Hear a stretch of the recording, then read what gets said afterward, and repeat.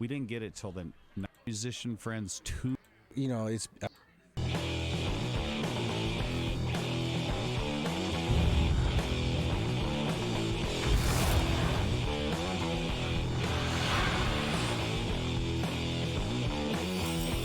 It's never too soon for you, Nat. Nikki 6 cents. I'm with Jen. Slash is here. What's happening, buddy? Hi. This is our very last show. You're our very last guest, and I'm really happy that we could line this up. I mean, you know, I guess it's a bittersweet thing in general, but I'm glad to be here for the last one. Well, I remember calling you up before the show ever aired. Already quit. I remember you saying about a radio show. Kind of was like, you don't really want to ask your musician friends too big of favors because, you know, we know what that's like. Someone takes advantage of that, and I was like, dude, I'll do it. Yeah, well, it's the coolest thing for you to do a radio.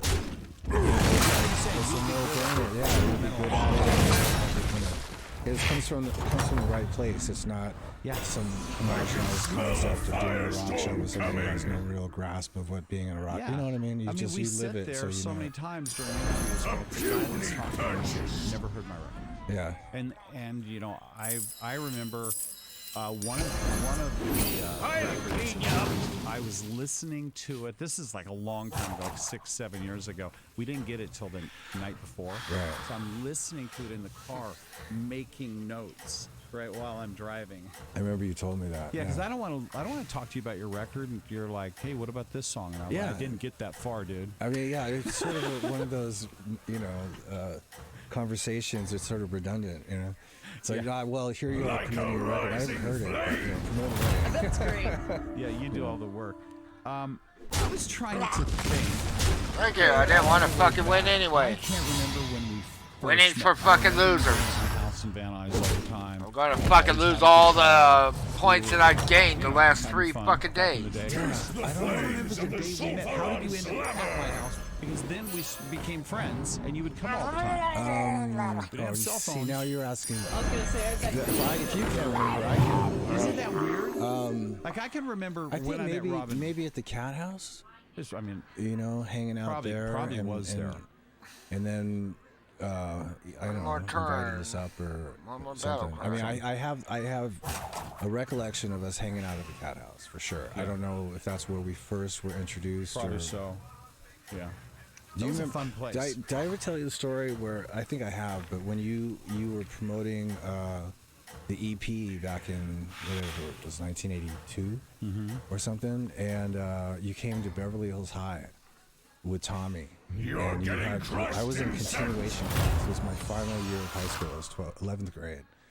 And I was in continuation class with all the your last leg of trying to make an attempt to finish up your education. And so they have all the screw-ups in there. You know, all the different levels, all the different looks. You know, you've got your drug addicts, and you've got your metalheads, and you've got your, I don't know, whatever else. Whatever, they just want to get There was a biker chick in there. Yeah. And anyway, so there was these 3 very 80s groupie types. But they're all really sweet, and they were just way into you guys. And that was really, you know, I knew who you were from back in the day. I didn't know that much about Motley Crue.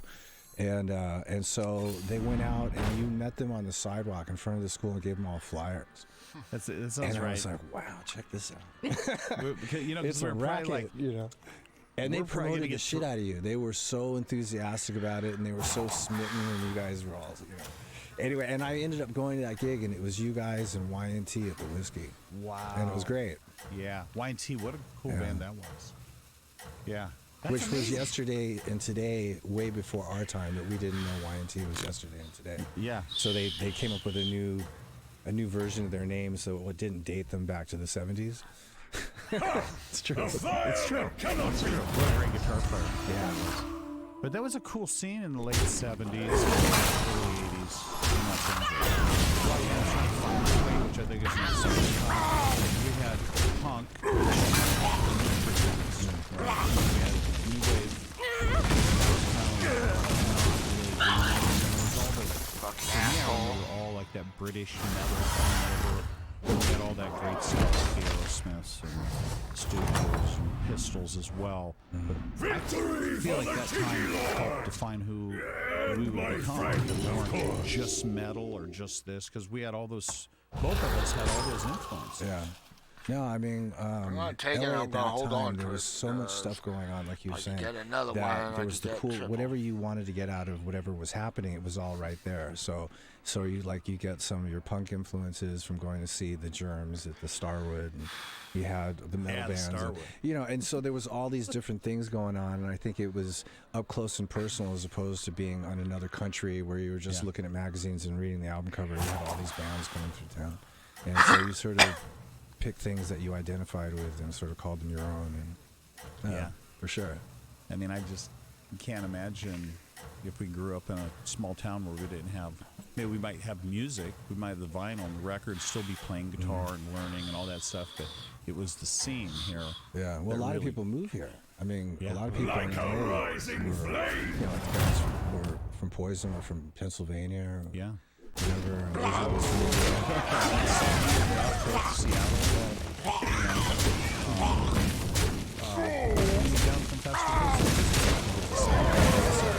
But this is where it was at, and when I was growing up, it was New York. This was where I just wanted to go and CBGBs, yeah. Did you ever play it? I played it after the original club closed. Okay, yeah. We did an acoustic thing at CBGB's. The time is now. I was in night actually on a tour. It was like, we're playing, like on this day off, we're going to play New York. Everybody's like, why do you want to play not burn? place? Well, because there was all, the Dolls and, the Ramones and all these New York sort of Blondie even. Yeah. Television, all these, excuse me, I got a cold. All these different really iconic bands were coming out of the scene in New York, so it was really exciting to go there. All right, we're talking to her because she doesn't know anything about anything. Yeah, we're telling you I a know story. nothing. I don't know anything. We're both looking at you like you're the audience. You're banned. I don't mind. But it's interesting to Fucking me when I talk morons. to someone maybe in their 20s now, and they might, mention the 80s. Which kind of sometimes that bothers me. It's like the 90s, the 80s. We're actually multi-decades now at this point. You know what? I was having this conversation over Thanksgiving. Ever since the millennium, there hasn't been any discernible decade. Like Yeah, you get from the strike 20s against on, your account. There's always You do been it again, identified you lose your as account. the fashion and Fucking the times idiot. of that decade. And they change, from the 20s to 30s, has Your whatever it is prowess that would makes be it welcome in the identifiable. fire. And in the millennium, it's not really. It just was. We're going into 2010. Nobody ever said anything about 2010. And, it's been That was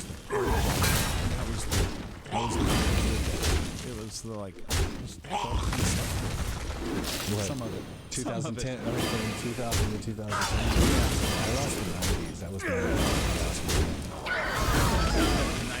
I think John Lennon had a last weekend that was infamous, and I was like, Decade, I think I'm spotty there. My decade, I cannot lose a whole decade like Slash. Taste the flames of the 6 sulfur years. on Slammer. That's not bad. Not bad. there was stuff I remember that happened. things in there. It was a Yeah. Well, the farther we get away from it, the bigger the fish stories get, and then the more I just can't quite remember. So I'll just tell you my version. Back to the beginning when you guys were meeting and you were really getting started and everything. Do you remember your first guitar tech? Yeah. The first guitar tech was a guy named Joe Zook, which I actually saw him, and he was more of a friend of the band. Like he was the first guy that that helped me sort of during the shows to hand me my slide. I don't think he changed strings or anything, but he was there. What a pathetic servant And that from was. him, then I had another guy named Jason. I think his last name was, I want to say Sobel. I could be wrong, Jason. But he was a if you true really- tech. He was a real tech, and he got thrown up on and all kinds. He was there for the early 80s stuff, the mid 80s He saw all of it. debauchery. Yeah. And then I've had a couple. Since Like a I'm rising actually with a tech flame. right now that I've been with since 1988. And I didn't have one for a while during Revolver, it's the best tech ever. That's an infamous Adam Day. Right? Mild-mannered guy. as I've known you, you don't like drama. No, I seem to attract it, which is ironic because I'm sort of laid back. Yeah. But I seem to attract a lot of it. Very serious about his work, and he does very meticulous and all that kind of stuff. So you're off the road. What do you do for fun for a while? I'm basically just went straight back to work. That's the only way I can survive getting off the road, is to go straight to work. Because otherwise, you always work. I mean, I think we have that in common, and I don't think it's an obsessive thing. It's just it makes me feel good. Yeah. It creates stuff. it's like, it's like, you should take a vacation. It's like every time I've ever attempted the actual vacation thing, like 2 days into it, and you stretch your legs for me, and you have to, like, how many more days left of this? We're stuck here. Yeah, we went to. Did I go to Hawaii or Mexico? I can't remember. Look at that. That wasn't even that long ago. Mexico It was like was 6 months ago. Wow, where'd I go? The car pulls up, and like Courtney's got her suitcase. It's only keys, and she's like, "I'm going there to just chill." Right. I have 3 suitcases, 2 guitars, and like a whole strings, the whole thing. She's like, why are we going to I just want you to go up to your studio. And I go, because I can't stop. Yeah. I mean, hey, I'm meeting you halfway. I even got over reading books at my age. I'm straight audiobook guy now. Oh, really? Yeah. Like I just a want rising everything. flame. I'm having a hard time adjusting to the whole ebook thing. Yeah. I'm still curious. Oh, by the way, I brought you Oh, is that for me? killer quote on the front. Can I keep that? Oh, kill it. That's what she's like, no.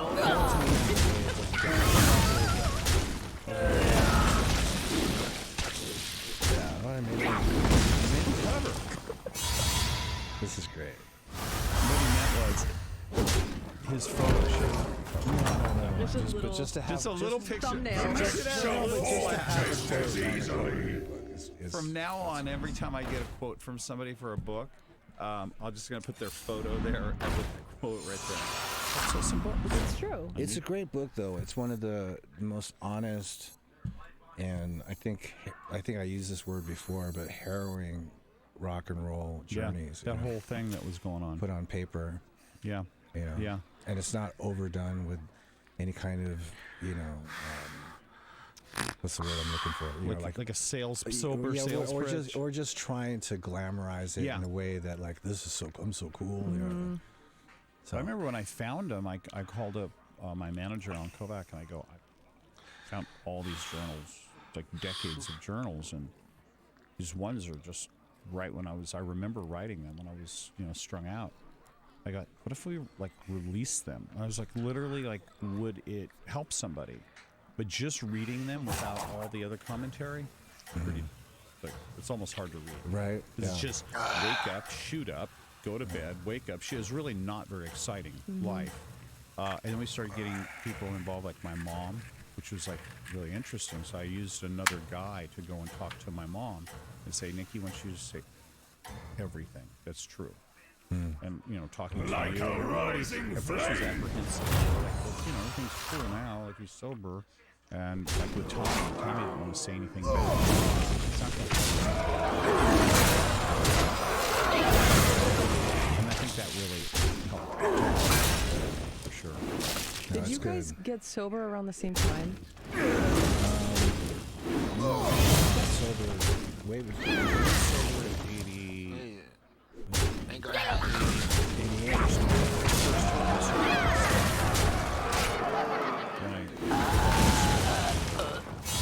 What it was I was drinking. And then I was like 4 years old.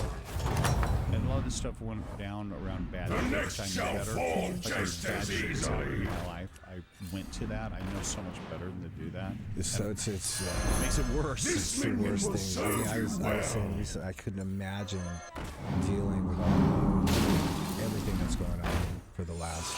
I'm sober 11, going on 12 years.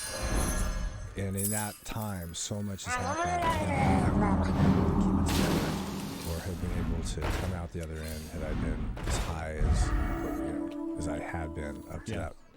up to that point in 1996. Yeah. So Yeah, it's cool. I wonder how I managed to get by that far, how I was anyway, you know. I was a functional alcoholic. Well, you addict, were always know? chill. And I didn't get high when I was on the road. I didn't get high when we were in the studio because I had this mental block. Well, I think it's That's you always think you'd always have your guitar like that, isn't going to work. Yeah. The thing you love the most, muting it with drugs and a little bit of alcohol is fine. Yeah, alcohol was okay. It was like chewing gum. Yeah. You just sort of did it. You didn't. Do you feel like you were affected by going it. from like addiction to addiction as far as guitar to, like, you could You mentally will make block an out excellent your other major addictions domo. and you had your guitar addiction in front of you? No, well, because the thing is it was time to go on the road, and I had this thing where it's like I do not want to be traveling around on tour and not knowing where my fix is. And I get it. You just turn it off? Well, no, it was hard. I do it, but the motivation was to just get it together. Since we talked about all that adrenaline and all that traveling, I can smell the firestorm there's so coming. much going on, and then you come home and just sit there. And, like, the most exciting thing you have to really look forward to is going to the market, and there's just domesticity. It's just like It's a shock to the system. and so you end up, You trying would to end up coming to my house. yeah. And so I've, over the years, so now when I get off the road, I just go straight to work to keep myself from falling into that trap. I was talking to Slash about some ideas about building a rehearsal facility, not a recording facility, just a live room in the back of my property. And then kept getting bids, and I just kind of keep putting it off. Oh, yeah. I'm just not ready to do it. It's like been it's against kind of him, twice like as his much as I murlocs. thought it would be, and I'm like balancing. He's probably got a brand, that. So I'm not so ready I to make could that get a commitment. And then I possible started triple painting brand. again. I used to paint like 20 years ago, so now the garage is all paint. All the cars are in the driveway. I said, we should just build like a studio. So she goes, so let me get this right. You're not in a band anymore, so you want to build a rehearsal facility and a painting studio on our property. And I go, yeah, I guess I just don't know when to just stop. Right. Now, did you finish your studio? I finished the studio. I'd love to see it. So it's cool. It's a fairly small. It's a live room. They can put the whole band in. Yeah. And control it. Digitech the word. I'm not sure. Just something simple. And simple. And it sounds good. And I can verse in there and I can Ain't getting poisoned. See, that's what I miss. Being in a band is staying in a band. I miss looking over and being like that. That's Victory for the Tiki! just that living, breathing animal. I can never get that from loops and electronic music. And I understand it. I like a lot of it, but I just miss. I miss when the guitar that's player what- hits the wrong note. To be honest with you. Or that magic that happens when everything just comes together Yeah. and there's this orgasmic feeling of like, just a part of a song. And you can feel it. The crowd can feel it. Yeah. But nothing like being on And I wonder about bands all over, the country. And they never see each other. Hardly, yeah. Yeah. Yeah, that's true. Wanted to talk to you about. This minion will it serve you says Slash well. is Gibson's global brand ambassador. And What a that's pathetic something sermon that that they was. just christened me with recently. Kristen, I like it. You have to be like a cape. You know what I mean? Like They James gave me a Brown. T-shirt. Did they send you an award and a cape? You need something for that because that's pretty badass. Yeah, and I saw the Firebird. Yeah. So what was your involvement in that? Well, I just had to, they came to, I've been doing stuff with Gibson for, I think since about 2004, 2005, I started doing different Les Pauls that have my name on it. And, and I sort of, It's not what I wanted. was different details about the guitar I was responsible for and so on. And so this year, this year I decided to do this trio guitar. So I was going to do Les Pauls, and I wanted to do a Firebird that I would really use And I've been doing it for years. So I sat down and said, okay, let's do a firebird. Let's put the numbers in. Let's do You kind of like living in the idea of what the Les Paul is, and how defined it is to you, and then kind of turning that into a bird. Yeah, well, I mean, and it didn't, you know, I mean, all Les Paul, I had a lot of different Les Paul, have personality differences. So I wanted the Firebird to have its own sound, but still have a double humbucker kind of thing. So it doesn't sound like a Les Paul, but it's still got the body of a dual humbucker. I have witnessed the true end time. You know, that one I told you that I had back in 1986. I've seen pictures from I used it at the street scene. When we played at the street scene. So I see pictures of that one floating around. It's got My children, my Shirley I tattoo, give you my this little blood. cartoon I character have painted on the witnessed top the of true it. end time. So that's the only one I ever used live. Everything else I've Are you using the new one live sometimes? Yeah, yeah. Great. Safety restrictions offline. I've never Harvesting seen one. servos engaged.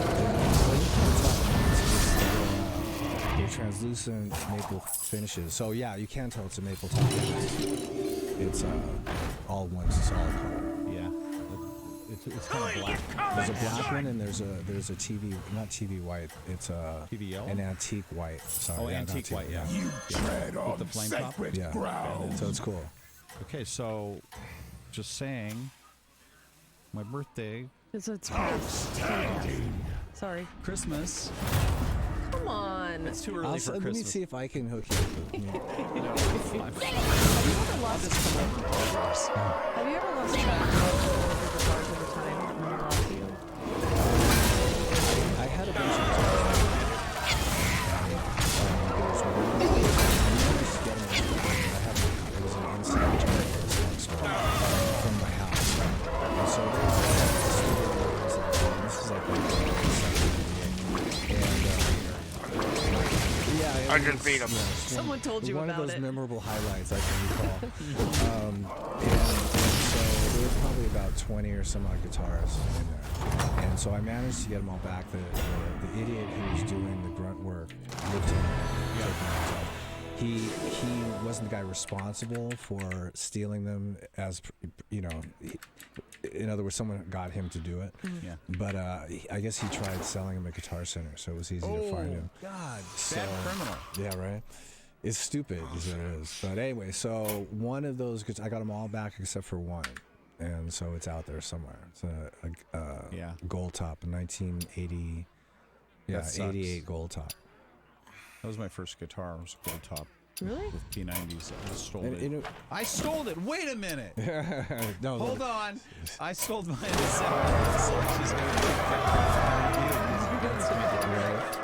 well, it was. I think, if I remember correctly, it was a factory second. It wasn't like a big deal, but it sounded wrong. Yeah.